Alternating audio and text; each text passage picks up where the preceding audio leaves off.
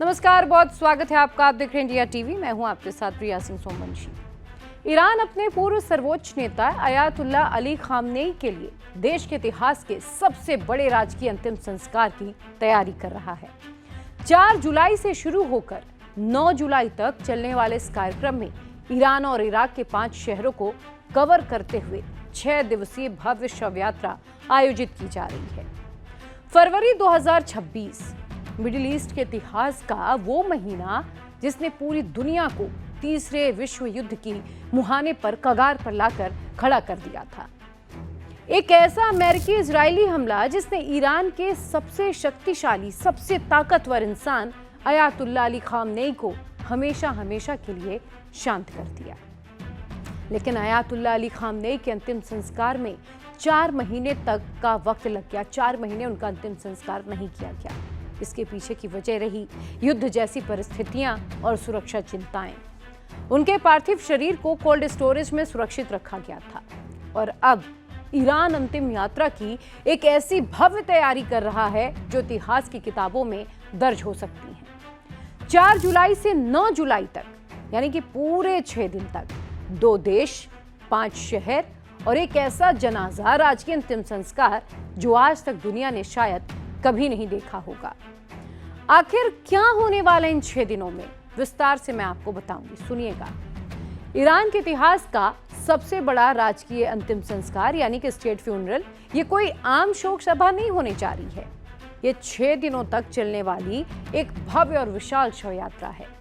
ये सफर शुरू हो रहा है 4 जुलाई से और सबसे ज्यादा हैरान करने वाली बात यह है कि ये जो यात्रा है वो सिर्फ ईरान तक सीमित नहीं है। इसमें पड़ोसी देश इराक को भी शामिल किया गया।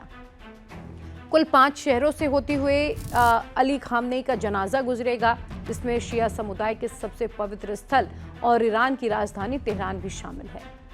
इसके बाद खामनेई को 9 जुलाई को उनके पैतृक शहर मशहद में सुपुर्द खाक किया जाएगा।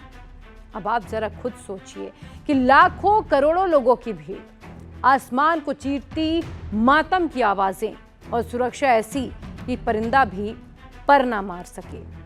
ईरान और इराक दोनों देशों की सरकारें इस कदर हाई अलर्ट पर हैं कि इस रूट की सुरक्षा में लाखों सैनिकों को तैनात कर दिया गया है। 4 जुलाई से 9 जुलाई तक जिन 5 शहरों से ये शव यात्रा गुजरेगी, उनके ऊपर की हवाई सीमा को पूरी तरह सील कर दिया गया है। किसी भी कमर्शियल फ्लाइट को वहां से उड़ने की इजाजत नहीं होगी। ईरान ने अपने सबसे एडवांस एयर डिफेंस सिस्टम को तेहरान और इराक की सीमाओं पर हाई अलर्ट पर डाल दिया है क्योंकि डर अभी भी है हमले का। ईरान के फाइटर जेट्स 24 घंटे आसमान में गश्त लगा रहे हैं और ये यात्रा इराक के शहरों से भी गुजरेगी और इसीलिए ईरान की कुद्स फोर्स और इराक की पॉपुलर मोबिलाइजेशन फोर्सेस यानी कि पीएमएफ ने मिलकर एक ज्वाइंट सिक्योरिटी घेरा भी तैयार किया है ताकि अमेरिका या फिर इजराइल दोबारा किसी ड्रोन हमले की हिम्मत ना कर सके। भले ही अब शांति समझौते की बात हो रही है, लेकिन अभी भी ईरान ने अपनी पूरी तैयारी की है। उसे कहीं से भी विश्वास पूरी तरीके से नहीं है क्योंकि ईरान भी अभी भी बातचीत करने के टेबल में पूरी तरीके से आया नहीं है। वहीं खामनेई के जनाजे में शामिल होने के लिए दुनिया भर से लोगों को भी आमंत्रित किया गया। ये जो आयोजन है, ये जो भव्य शव यात्रा निकाली जा रही है, सिर्फ एक देश का शोक नहीं है बल्कि दुनिया का सबसे बड़ा डिप्लोमेटिक और मिलिट्री जमावड़ा बनने जा रहा है। ईरान ने इस ऐतिहासिक अंतिम संस्कार के लिए दुनिया भर के दिग्गज नेताओं को भी न्योता भेज दिया। इसमें रूस और चीन की मौजूदगी की खबरें भी सामने आई। खुफिया सोर्सेस ये बता रहे हैं कि रूस और चीन के हाई लेवल डेलीगेशन और सुरक्षा अधिकारी इस दौरान तेहरान में ही मौजूद रहेंगे। हालांकि ऑफिशियल जानकारी नहीं है, लेकिन सोर्सेस ऐसा कह रहे हैं। इसके साथ ही लेबनान से हिजबुल्लाह के टॉप कमांडर्स, यमन से हुती विद्रोही और गजा व इराक के मिलिशिया गुटों के नेता इस जनाजे में कंधे से कंधा मिलाकर चलेंगे। यह दुनिया को दिखाने की कोशिश होगी कि खामनेई के जाने के बाद भी उनका जो नेटवर्क है वो कमजोर नहीं हुआ है। इस जनाजे में करोड़ों लोगों के शामिल होने की जो संभावना है वो जताई जा रही है।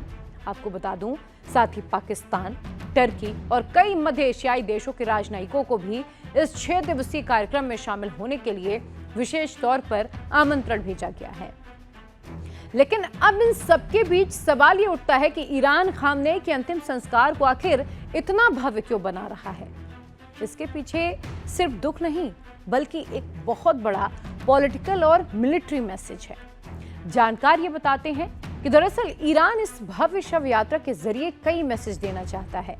पहला मैसेज अमेरिका और इजराइल को ये दिखाना है कि खामनेई के जाने के बाद भी ईरान अभी टूटा नहीं है बल्कि एकजुट है और पूरी तरीके से किसी भी सिचुएशन से निपटने के लिए वो तैयार बैठा है। दूसरा मैसेज है वो भी जानिए। अपने समर्थकों और पूरी शिया दुनिया को एक मंच पर लाना ताकि आने वाले समय में एक बड़े रिवेंज की जमीन तैयार की जा सके। जुलाई से आपको बता दूं 4 जुलाई से 9 जुलाई के बीच होने वाला ये अंतिम संस्कार सिर्फ एक विदाई नहीं है बल्कि मिडिल ईस्ट की पॉलिटिक्स में आने वाले एक नए तूफान का संकेत है। क्या ईरान इस शोक सभा के बाद अमेरिका और इजराइल पर कोई बड़ा पलटवार करेगा? क्या दुनिया एक और महायुद्ध की तरफ बढ़ रही है? ये सवाल अभी भी बना हुआ है। आपको क्या लगता है इस बारे में? आपकी क्या राय है? कमेंट सेक्शन में जरूर बताइएगा।